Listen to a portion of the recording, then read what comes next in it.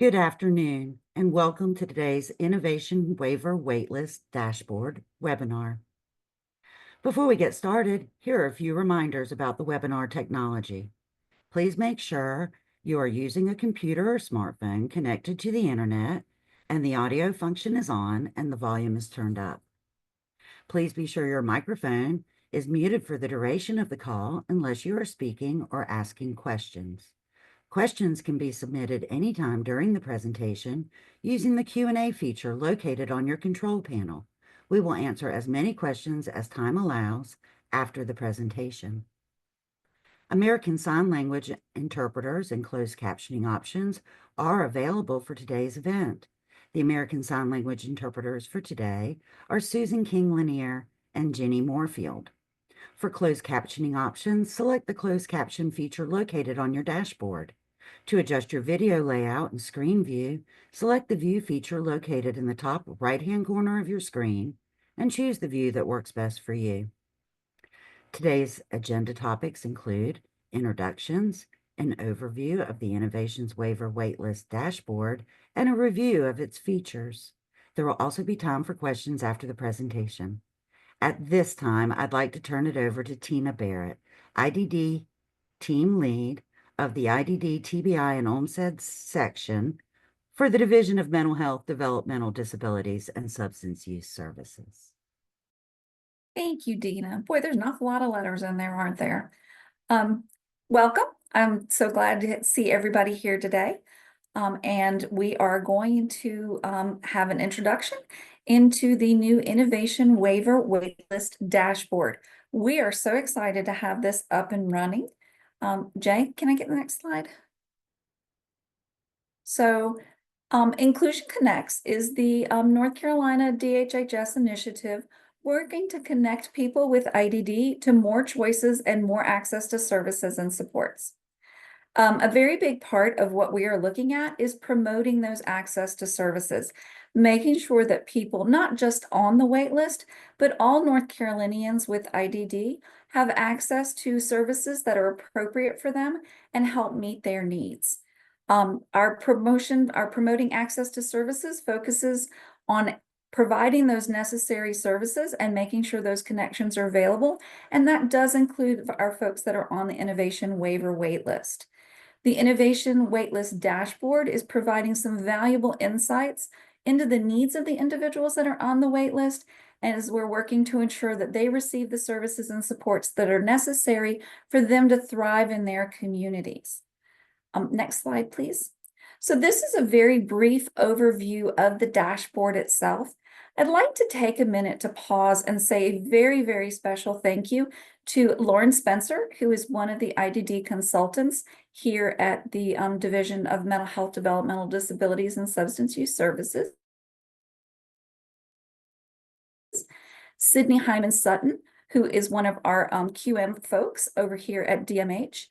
Tara Heasley, who is with Medicaid Services, and Gabriella Donofrio for all of their exceptional hard work in getting this lifted up as they are working with the tailored plans, the LME MCOs, to be able to get this data, combine the data, clean the data, follow up so that we can get the best information out there that we possibly can. The dashboard itself, you can see on the left-hand side of your screen, there is a sample view. We're getting ready to go into the dashboard to take a walk through and take a look at some of the features. We do have some key features that are part of that. We have an individual count that will tell us the number of people that are on the wait list. Please note that this is not a static wait list, but it is for a snapshot for one moment in time. So I'll show you where you can find that information so you know where it is from. Our goal is to update this dashboard quarterly so that it will always have some relatively current information on it. So it does have an individual count. I will show you how you can scroll over a specific county and get specific information related to that county. We are listing the current diagnoses as we have them available, looking at some key demographics. Those are breakdown of the folks that are on the list, race, age, as well as localities. some upcoming updates that we'll talk about a little bit more at the end. And we also have a tailored plan filter that's available. Next slide, please. So on this slide, you should actually be able to see a QR code. There is also a link that should take you over to the Inclusion Connects. I believe that Dina just dropped some of that information into the chat if you'd like to do it from there. I am going to steal the screen from Jay. And you should actually be looking at the link that takes you to the dashboard. If you go to the Inclusion Connects webpage, sorry, I meant to start there. If you go to the Inclusion Connects webpage, which you can access through North Carolina DHHS, on the webpage, if you scroll down, you will find towards the bottom, big red box that will take you over to the Innovation Waitlist dashboard.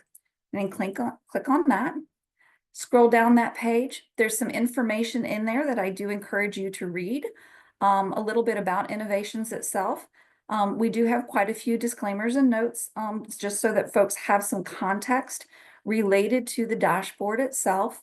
The data that we provide in the dashboard is provided directly from the LME and MCOs. It does reflect a snapshot of a single month in time. We have worked diligently, Lauren and Tara both have worked very diligently with the LME MCOs and the folks over there who have put an astounding amount of effort into making sure that we have as much data as we possibly can to put into this dashboard. We will continue to work with them. I know that they have put in so much effort into making this as comprehensive as possible as well. We continue to have those technical assistance calls. Just some notes here, the numbers that are reported are also based on individuals that are currently active on the wait list. For privacy reasons and to protect individuals' privacies, anywhere that data is reflected as less than 11 people, you will see that reflected as less than 11. The dashboard is not intended to provide any insights into when individuals may be receiving the innovation waiver. As far as slot information, that is a complex formula that is used, and the dashboard is not intended to provide that information. As far as age categories are concerned, they were selected to reflect common developmental stages of life. So please note when you're looking at those, that was why that was chosen. Individuals may also have multiple diagnoses that are included in the sheet that we use. If there are duplicated diagnoses, they are counted as one time per individual. The legend for qualifying IDD diagnosis only indicates whether a diagnosis meets the criteria for IDD. It does not reflect whether an individual with that diagnosis is qualifying for the innovations waiver should a slot be offered to them. Not provided is that we do not have that information at the current time. It does not mean that a person who does not have a diagnosis that is not indicated is not qualified. It just simply means that we do not have that information at this time and are not able to share it. So I am going to hop over. I hope everybody can see this is what when you click on the expand, this is what it looks like. So you can see the innovation waitlist overview. This over here is where you see the data. This particular data is from September of 2024. Again, our plan is to make sure that this gets updated quarterly. There is a filter here under tailored plans, and I will get to that in a minute. One of the things that's really great about this dashboard is that because it is interactive, you see the total count here. Current as of September 2024, 18,469 people are on the wait list. 6,068 are female, 12,158 are male. As far as gender other, none of those have been identified. And 243 of the individuals on the wait list did not provide a gender. The current average age of the folks on the wait list is 19 years old. There is a race distribution graph that you all can take a look at. You can also see how there's an age distribution here, shows you how the ages are distributed, as well as the diagnoses. So you can see for the entire population of the waitlist, approximately 7,861 have autism spectrum disorder listed as their primary diagnosis. We have a great statewide graph that does show us when you toggle over, it will give you a county. This happens to be Wake County. The percent of individuals on the list, approximately 15%, a little over 15%, and it does give you a count. Now, if you click on Wake County, it adjusts all of the numbers, the diagnosis. You can see the average age for people in Wake County is 18 years, not 19. It adjusts the race distribution specific to Wake County. You can also see those changes within the age. If you click on it again, it returns to the larger dashboard. As far as filtering by tailored plans, you can do that by clicking on the tailored plan, and it will give you the information based on the tailored plan. One of the things I think that's important to note in the state graph is that these are the counties for people who are receiving services through Trillium, the county that they live in.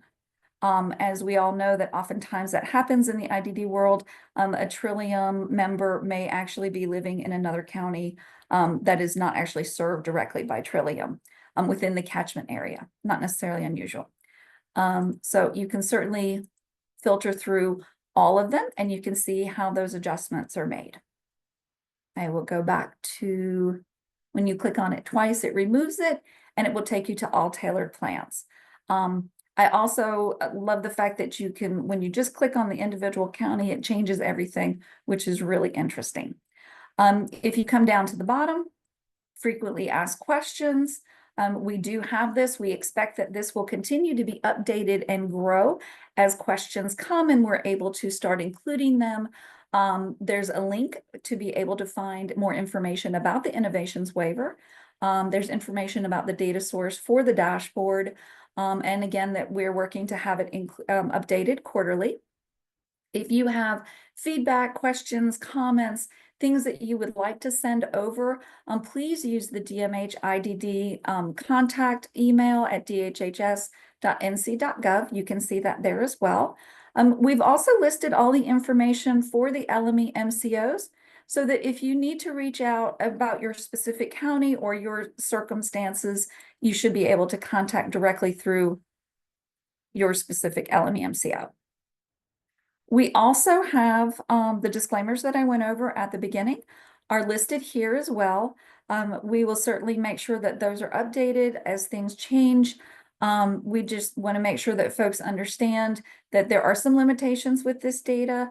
We are doing our very, very best to get the most comprehensive data that we possibly can. So I think, and then of course, if you hit the go back, it will take you back to the Inclusion Connects page where we started from. So I think that might be everything that I have as far as just walking through. I encourage you to go over to the dashboard, walk through, take a look at the information. Please send us questions and comments and concerns as we are moving forward. I think there may be some questions in the Q&A. I know Ginger is here, and I believe that Lauren has joined us. And I'm going to hand it over to one of them to take a look at the questions. Absolutely. Just a gentle reminder that we're answering questions specifically via the Q&A box. We won't be taking any questions with raised hands or via the chat. The chat has been disabled. So just please make sure you're putting them there so we can grab them. Tina, can you please revisit how we're using the dashboard and whether or not we can, people can check their position on the wait list with that dashboard? Sure. So the dashboard is combined for all 4 of the LME MCOs. Position on the dashboard or position on the wait list cannot be determined based on the dashboard, because as slots are made available, they are distributed to the LME MCOs using a very complicated formula that I will fully admit that I do not understand. I know that it is an equitable distribution to the different LME MCOs. If you have questions about where you are or when you may potentially receive a slot, again, that's a very complicated answer. I recommend that you reach out to your LME MCO to talk to them about that. Fabulous. And I think that also kind of speaks to, someone asked if we could speak to the formula for the placement of people on the waiver list. And so I think that also kind of speaks to that question, unless you have anything you'd like to add. No, again, that is a question that should be directed to the LME MCOs or over to our partners over at the Division of Health Benefits, as they could explain that a little bit more thoroughly. And the other thing to keep in mind is that slots are allocated by the General Assembly, and that changes from budget opportunity to budget opportunity. So it's a complex question. Perfect.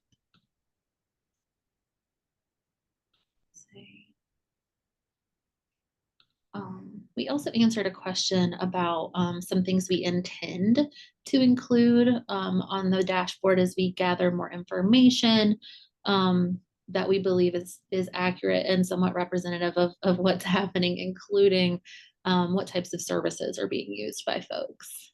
So Right, and I meant to come back to that and I skipped over it, so I apologize. Some of the upcoming things that we are looking at for inclusion on the dashboard will be tracking of services and the percent of folks who are receiving, that are eligible to receive services, as well as are receiving alternate services while they are waiting for an innovation waiver slot to become available and be offered to them. We will also be trying to look at some living arrangements, since housing is a big issue within our field, to make sure that we are providing access to those services that folks may need and may have available to them. So those are some things that we are looking at.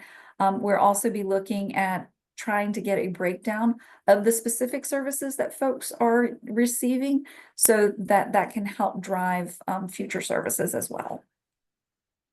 And Tina, I want to jump in and just say the more we can refine this data and the more data we get around the wait list, the better we can do our policy and programming to serve those individuals and understand the needs. Right. As well as the advocacy for available funding. Correct. fabulous.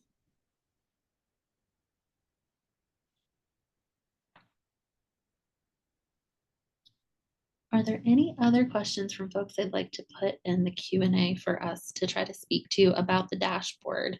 What it looks like, what might be upcoming, if we've missed anything?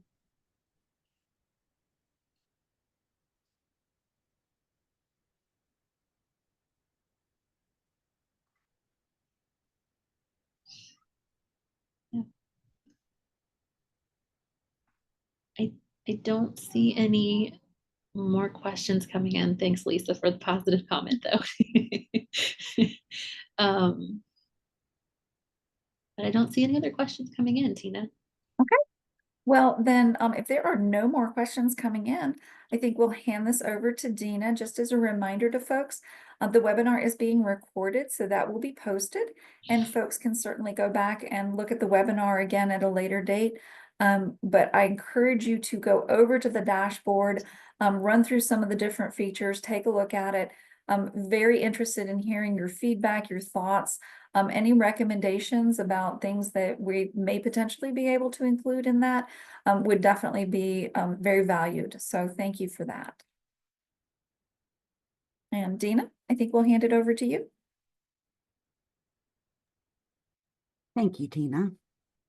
If we did not get an opportunity to answer your question during the webinar, questions and feedback are always welcome at dmhiddcontact@dhhs.nc.gov.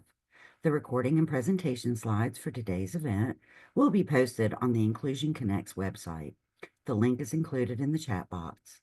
There will be a brief survey following today's webinar. and we would appreciate your time completing it. This concludes our webinar for today. Thank you for attending.